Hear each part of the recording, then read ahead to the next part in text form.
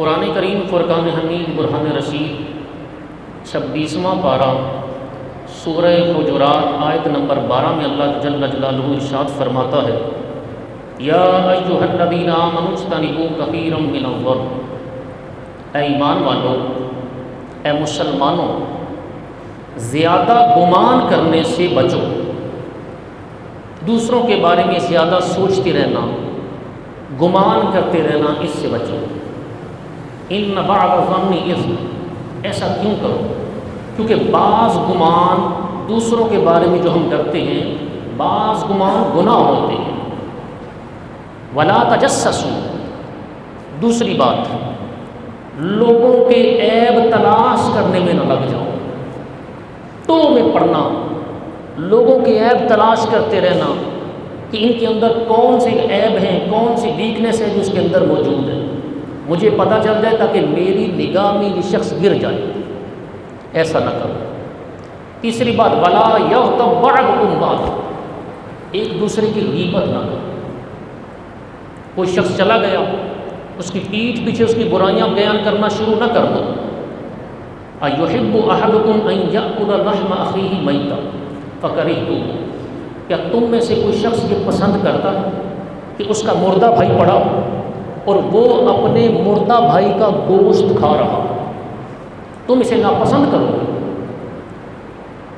واتقوا اللہ، اللہ سے ڈرو، ان اللہ تواب الرحیم، بے شک اللہ پاک بہت زیادہ توبہ قبول فرمانے والا اور مہربان ہے۔ اس آیت کریمہ کے اندر اللہ جل جلالہ نے زیادہ گمان کرنے سے منع فرمایا، کیونکہ زیادہ گمان کرنے والا شخص عام طور پر بدگمانی میں بھی مبتلا ہو جاتا ہے، اور بدگمانی حرام ہے۔ حضور علیہ السلام فرماتے ہیں ایاکم والظن فإن الظن اکذب الحدیث، فرمایا گمان کرنے سے، بدگمانی سے بچو، لوگوں کے بارے میں برا سوچنے سے بچو، اس لیے کہ بدگمانی بہت بڑا جھوٹ ہے۔ نبی مکرم صلی اللہ تعالی علیہ وسلم کی حدیث میں اس حوالے سے کئی ارشادات موجود ہیں۔ پیارے آقا صلی اللہ تعالی علیہ وآلہ وصحبہ وبارک وسلم کا ارشاد ہے، حضرت انس رضی اللہ تعالیٰ عنہ سے مروی ہے، رسول اللہ صلی اللہ علیہ وسلم نے فرمایا لا تباغضوا ولا تحاسدوا ولا تدابروا وکونوا عباد اللہ اخوانا، فرمایا آپس میں بغض نہ رکھو۔ بغض دل کے اندر کی دشمنیاں ہم لوگوں کی رکھ لیتے ہیں۔ مسلمانوں کو حکم ہے کہ آپس میں بغض نہیں ہونا چاہیے، دل کے اندر چھپی ہوئی دشمنی نہیں ہونی چاہیے۔ نمبر 2، ولا تحاسدوا، ایک دوسرے سے حسد نہ کرو، کسی کی نعمت دیکھ کر جلنے کی عادت نہیں بنانی، کسی کی نعمت کو دیکھ کر اس کے زوال کی تمنا نہیں کرنی۔ ولا تدابر، اور ایک دوسرے سے روح گردانی نہ کرو، رشتہ داری توڑنی، دشمنی رکھنی، اور اس کو بتا کے دشمنی رکھنی کہ ہم تیرے دشمن ہیں۔ وکونوا عباد اللہ اخوانا، اور ایک اور بات ارشاد فرمایا تم اے اللہ کے بندو آپس میں کیا بن جاؤ؟ کونوا اخوانا، بھائی بھائی ہو جاؤ۔ بھائی بھائی جس طرح محبت کرنے والے سچے بھائی ہوں، جن کی اچھی تربیت ہو، وہ ہر خوشی غمی میں اپنے بھائیوں کے ساتھ کھڑے ہوتے ہیں۔ مسلمانوں کی مثال بھی ایسے ہی دی کہ یہ ایک جسم کی مانند ہے، اگر جسم کے ایک حصے میں بھی بیماری آ جائے، تکلیف ہو، تو پورا جسم محسوس کرتا ہے۔ ایسا نہیں کہ ہمارے پاؤں کے اندر ناسور ہو جائے تو ہمارے جسم میں محسوس نہیں ہوگا، بلکہ پورا جسم تکلیف میں مبتلا ہو جائے گا۔ ایسے ہی مسلمان ہیں۔ اور اسی حدیث پاک کے اندر اگلی بات ارشاد فرمائی ولا یحل لمسلم ان یہجر اخاہ فوق ثلاث، فرمایا کسی مسلمان کے لیے جائز نہیں، یہ حلال نہیں کہ وہ اپنے مسلمان بھائی سے 3 دن سے زیادہ تعلق ختم کر دے۔ ایک اور حدیث پاک حضرت انس رضی اللہ تعالیٰ عنہ سے مروی، اس میں بھی حضور علیہ السلام نے اسی حوالے سے ارشاد فرمایا لا تحاسدوا ولا تباغضوا ولا تقاطعوا، اس میں بھی 3 باتیں ارشاد فرمائی۔ ایک دوسرے سے حسد نہ کرو، دوسری بات ایک دوسرے سے بغض نہ رکھو، تیسری بات ایک دوسرے سے رشتہ داری ختم نہ کرو، اور مزید ارشاد فرمایا وَكُونُوا عِبَادَ اللَّهِ إِخْوَانًا، اے اللہ کے بندو بھائی بھائی بن کر رہو۔ یہ بیماریاں، حسد، تجسس، لوگوں کی برائیاں کرنا، یہ اتنی خطرناک بیماریاں ہیں کہ اگر کم عمری میں ہم نے ان بیماریوں کو ختم نہیں کیا تو کل جب ہم بوڑھے ہو جائیں گے، بوڑھے ہو جائیں گے، ان بیماریوں کو ختم کرنے کے لیے بہت زیادہ محنت کرنی پڑے گی۔ بچپنے میں یہ بیماریاں بڑی آسانی سے ختم کی جا سکتی ہیں بچوں، ان کی اچھی تربیت کریں۔ عمر زیادہ نہیں ہوئی، جوانی ہے پھر بھی کوشش کر کے، لیکن جب عمر 40 سال سے کراس کر جاتی ہے پھر جو عادتیں راسخ ہو جاتی ہیں ان کو فطرت ثانیہ کہا جاتا ہے۔ وہ ہر عادت فطرت ثانیہ کی شکل اختیار کر لیتی ہے، اور فطرت ثانیہ جو چیز طبیعت میں راسخ ہو جائے پھر وہ جانا بہت مشکل ہو جاتا ہے۔ لہٰذا کوشش کرتے رہنا چاہیے کہ یہ بیماریاں، یہ برائیاں ہمارے اندر سے نکل جائیں، اور جب ہم جیسے لوگ کوشش ہی نہیں کرتے، اور بالخصوص وہ برائیاں کہ جن برائیوں سے پیچھا چھڑانے میں بہت محنت کرنی پڑتی ہے، حسد انہی بیماریوں میں سے ایک ہے۔ نبی مکرم صلی اللہ علیہ وسلم نے فرمایا ثلاث لا ينفك المؤمن عنہن، 3 چیزیں ایسی ہیں مسلمان ان سے بچ نہیں پاتا، ان سے الگ نہیں ہو پاتا۔ الحسد والظن والطیر، ایک حسد کی بیماری، یہ جو دوسروں کی نعمت دے کر آگ لگ جاتی ہے، جلنے کی بیماری، دوسرا بدگمانی کی بیماری، اور تیسرا بدشگونیاں کرنا، غلط کانسیپٹ بنا لینا، ایسا ہو گیا تو ایسا ہو جائے گا، اب یہ ہو گیا اب خیر ہی نہیں۔ یہ 3 چیزیں ایسی ہیں ان سے مومن بچ نہیں پاتا۔ اگر ان سے بچنا ہے تو اس کے لیے بہت بڑے مجاہدے، بہت بڑی پریکٹس، اللہ رب العزت کا خوف، کم گوئی کی عادت، لوگوں سے ریلیشن ضرورت کی حد تک رکھنے کی کوشش کرے، اور ایک ٹائم تک اپنے دل اور زبان کو کنٹرول میں رکھے، تب جا کر شاید اسے اس کام میں کامیابی حاصل ہو جائے۔ قرآن کریم فرقان حمید برہان رشید سورہ ابراہیم میں بھی اللہ جل جلالہ نے جو ہمیں نعمتیں عطا کی ہیں اس حوالے سے ارشاد فرماتا ہے ہمارے پاس خود اتنی نعمتیں، ہمیں کسی سے کیوں جلنا چاہیے؟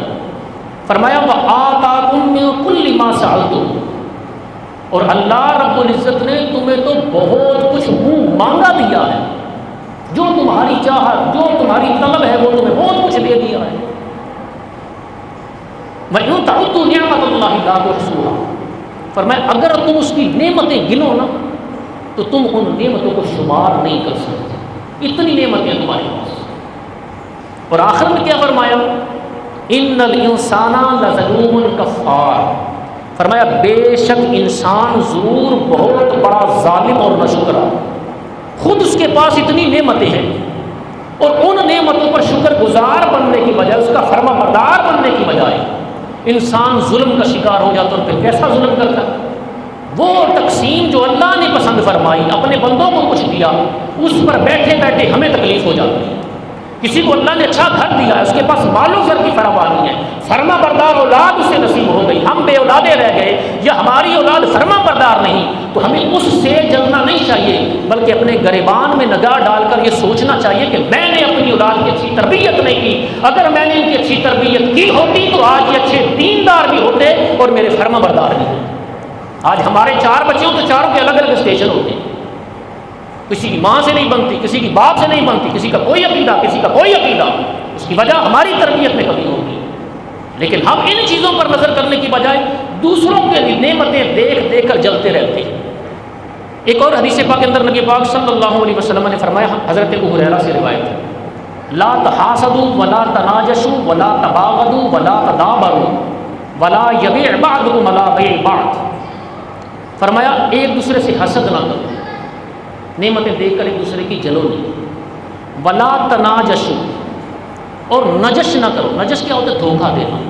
جیسے 2 بندے سودا کر رہے ہیں، کسی چیز کا خرید و فروخت کر رہے ہیں، ہمارا کوئی ارادہ نہیں خریدنے کا، اس بندے سے پہلے سے ہم نے سیٹنگ کر لی ہے، اس کو آنکھ مار دیا ہے، ہم بھی آ جائیں گے، ہم ریٹ لگائیں گے، جب ہم ریٹ لگائیں گے وہ مقابلے میں ریٹ لگائے گا، اس کا نقصان زیادہ ہو جائے گا، اس سے ہمیں بس اوقات حسد بھی ہوگا، اس کے نقصان کروانا ہے۔ حضور نے فرمایا ولا تناجشوا، نجش نہ کرو، اس طرح دھوکہ نہ دو۔ کہ تم نے خریدنی چیز ہے نہیں، دوسرے کا نقصان کروانے کے لیے بیچ میں گھس کر ریٹ بڑھوا رہے ہیں۔ دکاندار کو تو اس سے بڑا مزہ آتا ہے، وہ میری چیز اچھا ریٹ لگ گیا، لیکن یہ دونوں مل کر اپنے رب کی نافرمانی کر کے جو روحانیت کا بیڑا غرق کر رہے ہیں، شاید ان کو اندازہ نہیں۔ فرمایا ولا تباغضوا، ایک دوسرے سے بغض، یہ دل کے اندر دشمنیاں نہ رکھو۔ ولا تدابروا، ایک دوسرے سے رشتہ داری ختم نہ کرو، منہ نہ پھیرو ایک دوسرے سے۔ ولا یبیع بعضکم ولا ببعض، اور ایک دوسرے کے سودے کے اوپر سودا نہ کرو۔ دو بندے سودا کر رہے ہیں، ڈن ہو چکا ہے، بیچ میں پڑ گئے اور یار انہوں کی بیچنڈے ہیں، مینوں دے، میں تینوں اس تو بعد پیسے دینا، ان کی بات ہو چکی ہے، سودا ہو چکا ہے، بیچ میں آ کے اس کا نتیجہ کیا ہوگا؟ جب وہ دونوں خرید و فروخت ہوئی ختم کر دیں گے تو اس کے بعد کیا ہوگا؟ جب یہ شخص وہ چیز لے لے گا تو اب اس کے دل میں اس کا بغض ہمیشہ کے لیے پیدا ہو جائے، اور جس نے اس کو بیچنی تھی اس کا بھی بغض پیدا ہو جائے کہ انہیں مینوں چھڈ کے کونوں دے چھڈیا، یہ میرا اچھا دوست، اس کا میرے سے اچھا ریلیشن نہیں ہے، تبھی تو اس نے اس کو دیا۔ تو فرمایا ایسا بھی نہ کرو، وَكُونُوا عِبَادَ اللَّهِ إِخْوَانًا، اور فرمایا آپس میں اے اللہ کے بندو بھائی بھائی بن جاؤ۔ المسلم اخو المسلم، پھر ایک مسلمان کیسا ہوتا ہے؟ اسی حدیث میں فرمایا مسلمان مسلمان کا بھائی ہوتا ہے، اس کو نقصان پہنچانا، دھوکے دینا، اس سے حسد کرنا، اس سے بغض رکھنا یہ نہیں ہوتا۔ مسلمان مسلمان کا بھائی ہے، لا یظلمہ، مسلمان مسلمان پر ظلم نہیں کرتا، ولا یخذلہ ولا یحقرہ، نہ وہ مسلمان پر ظلم کرتا، نہ ہی مسلمان کا نقصان کرتا ہے، اس کو حقیر سمجھتا ہے۔ اور فرمایا التقویٰ ہاں ہونا، اللہ کا ڈر یہاں ہوتا ہے۔ حضور علیہ الصلوۃ والسلام نے وہ یشیر الی صدرہ ثلاث مرات، 3 مرتبہ سینے کی طرف اشارہ کر کے فرمایا اللہ کا خوف، اللہ کا ڈر یہاں ہوتا ہے، تقویٰ یہاں ہوتا ہے۔ ہم سب کو چاہیے کہ ایسی بیماریوں سے اپنے آپ کو بچائیں، اپنے بچوں کی اچھی تربیت کریں۔ اگر ایک بچہ دوسرے بچے کے ساتھ جیلسی رکھتا ہے تو بجائے اس جیلسی کو بڑھانے کے ان کا علاج کریں، اور اگر یہ بیماریاں ہمارے اندر ہیں تو ہم بھی ان بیماریوں کا علاج کرتے رہیں۔ اللہ پاک ہم سب کو صاف ستھرے سینے عطا فرمائے، مسلمانوں کے بغض و کینے اور حسد سے محفوظ رکھے، آمین بجاہ نبی اللہ۔